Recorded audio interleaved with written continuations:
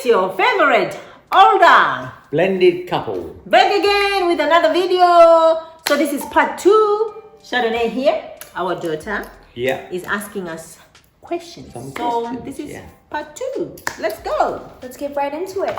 We left off at question 10, so let's get right started at question 11. What is your favorite thing about being a parent? We'll start with Mrs. Super Duper Cooper Woman.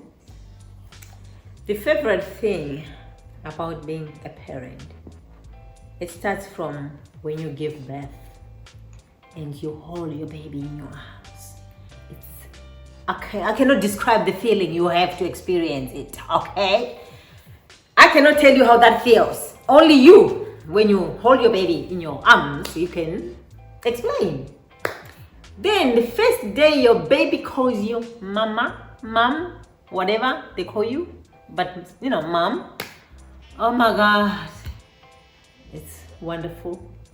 When she called me mama. Chardonnay was speaking when she was 11. And Chris... 11, imagine. When she was slow, weren't you? 11 years old, you could just speak. Wow. Pardon I don't me. remember that part of it, actually. I meant 11 months.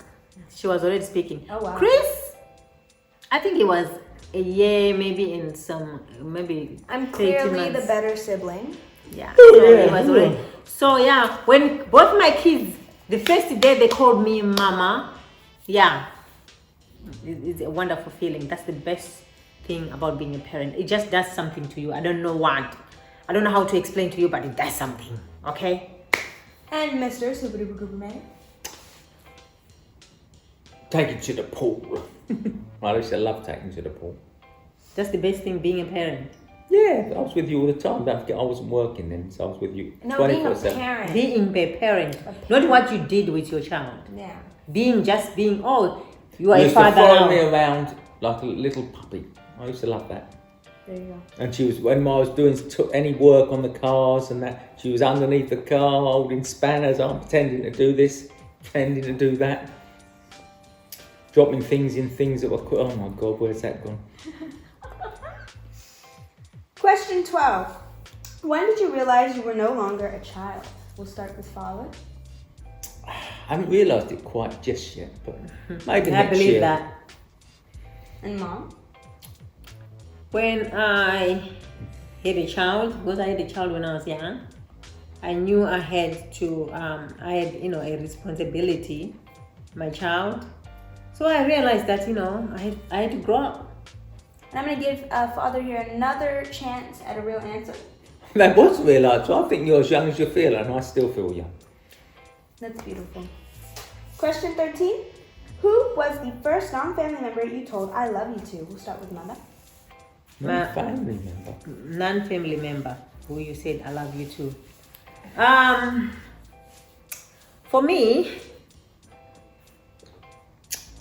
I would say, because my culture, we don't really say I love you. Okay. Even if it's your parents, it's not something we say I love you too.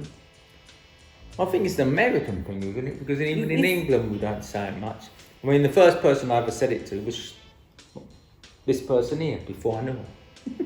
I guess, I would say it to Alan as well, because it's your culture. Is it your culture? Well, yeah, I suppose you could. But I never remember my mum and dad saying we love you. I had Ever. Follow-up question. So then how do y'all express verbally affection? You never did that? No, No, I don't remember. Growing it. up, I'm No, I telling don't you, remember it. I never said I love you to my dad or my mom, and they never said that to me. No, I don't ever remember. Never. I don't remember. You Guys- too, it's funny because you grew up in England. I grew up in Africa. And that's the point. But maybe it's the age, the time period. It definitely is a time period. I think people nowadays are realizing that mental health is something that is valid, and that you could be the richest man. Everyone says that you could be the richest person on earth, but if you're unhappy, it doesn't matter. And there's so much truth in that people don't address. And I think that's one of the reasons that mental health is such an issue now with this period, is because we came from a generation that didn't express affection verbally, let alone physically, let alone in any other aspect that there is.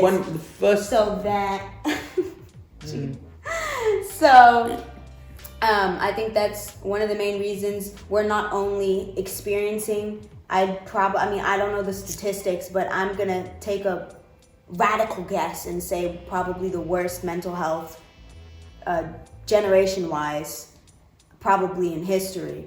And but that's also why we have one of the most radical and progressive generation in history, because we're like, wait a second, this isn't right. You know, let's say I love you. You know, let's verbalize our affection to each other, so we know that we care about each other, because that's important. And if you haven't, tell somebody that you love them today.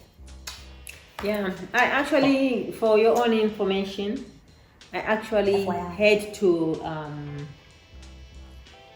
to teach myself to say I love you to Chris, because he's older and he's my child. To you it's easier because you're younger, and by the time you were born, I've been practicing, right? Yeah. So yeah, for Chris I had to actually learn and practice. Now I can say it. Every time I talk to him on the phone, I say I love you, and he say I love you back, or he says I love you and love you back. So yeah, it's it's something that we didn't grow up, even like a birthday. Nobody says happy birthday to you. No, it's not a big deal.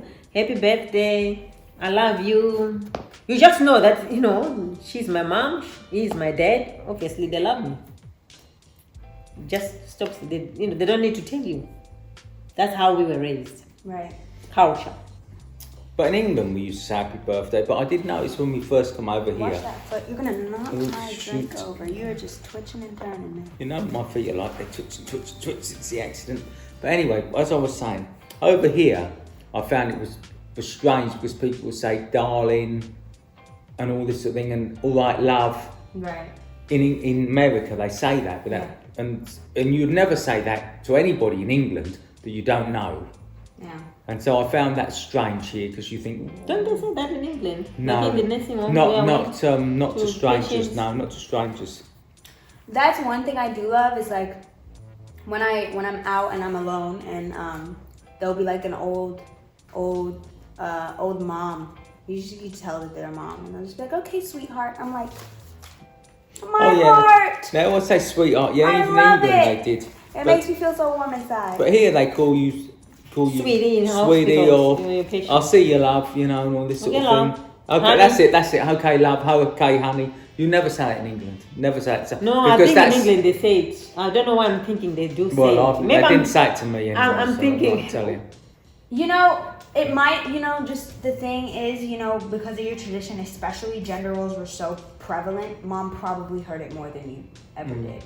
Yeah. I feel like that's definitely Because in England, if more somebody said that comfortable to you, for you think feminine they, people. Yeah. you think there was some sort of attraction going on. Because I found it strange when people would say that to me, and when I came to America. So you wouldn't say to someone Not a stranger, hey, no. darling. No. I would. Not to I'll stranger. say okay, love, or thank you, love. Yeah, that's because you're in America and you're used to doing it. But in England, when we left, Did I say? yeah, Okay. when we left, you would never say that to somebody. Never. They'll be like, Not to a "What?" stranger. They'll think, well, what the hell?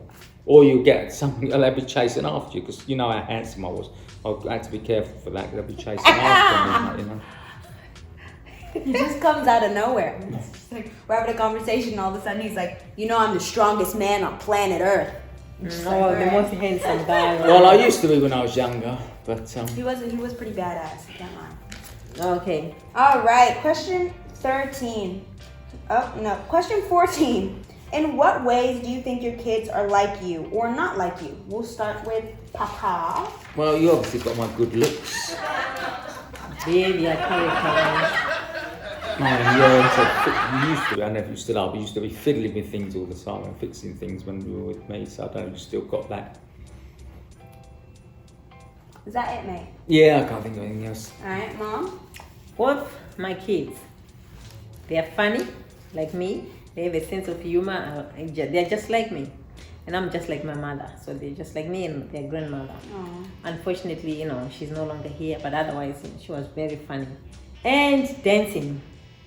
My kids can dance. My kids are funny. My kids are smart, like me. Oh, I can go on and go on and go on. Okay, question 15. What advice did your parents give you? We'll start with Mommy.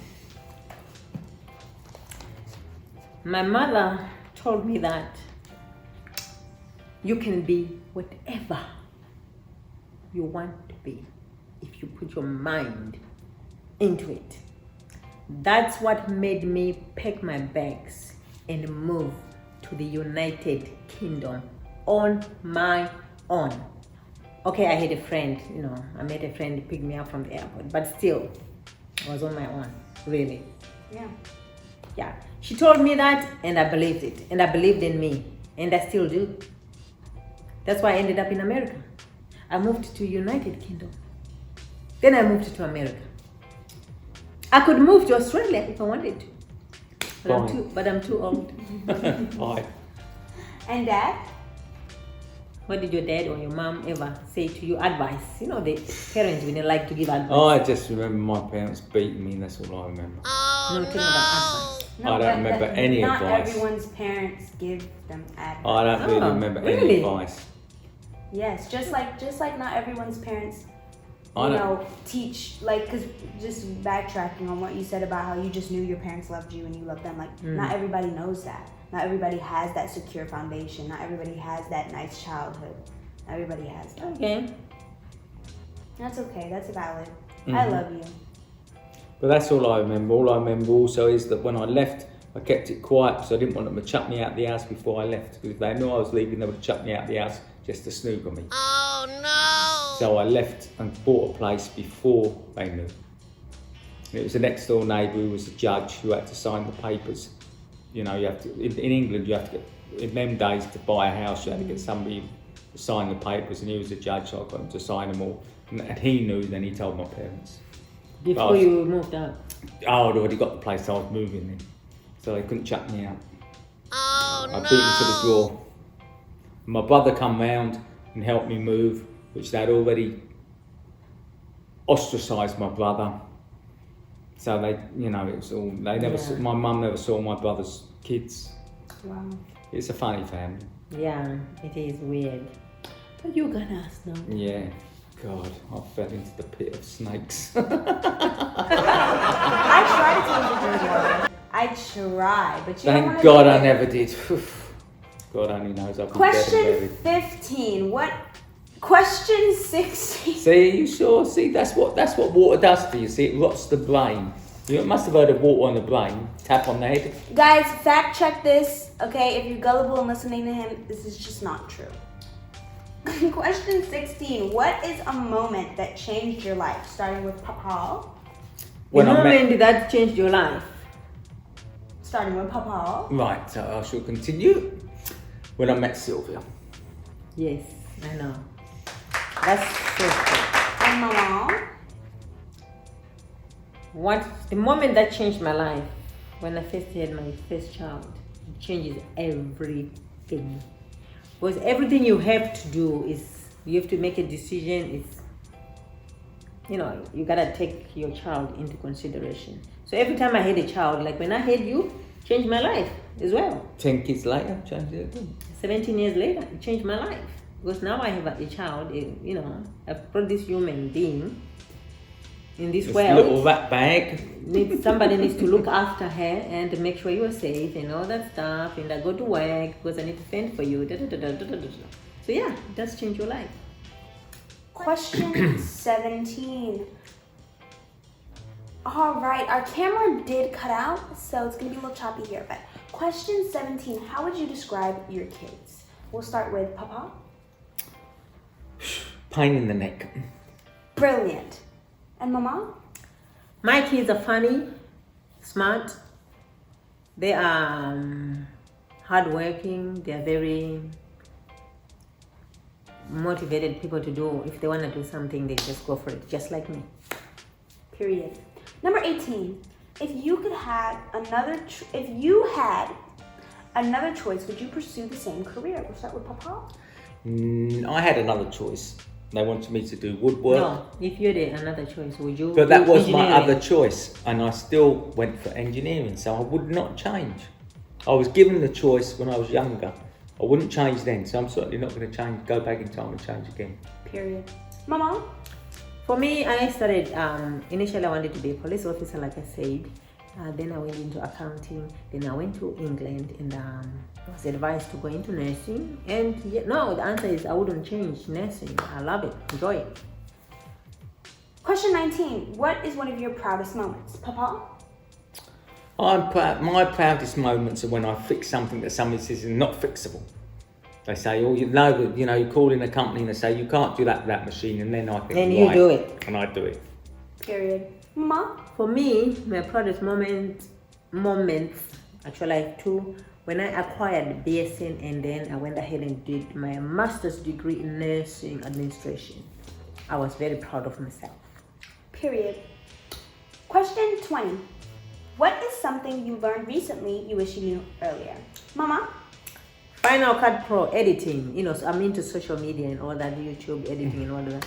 I'm so proud. I learned Final Cut Pro. I was driving Apple stuff crazy, calling them, asking them, how do I do this? I'm stuck, but now I can do it. So yeah. And Papa? I don't really know. Did you learn anything new recently? Whether it's on social media or on your phone or anything? I'm too far in front of.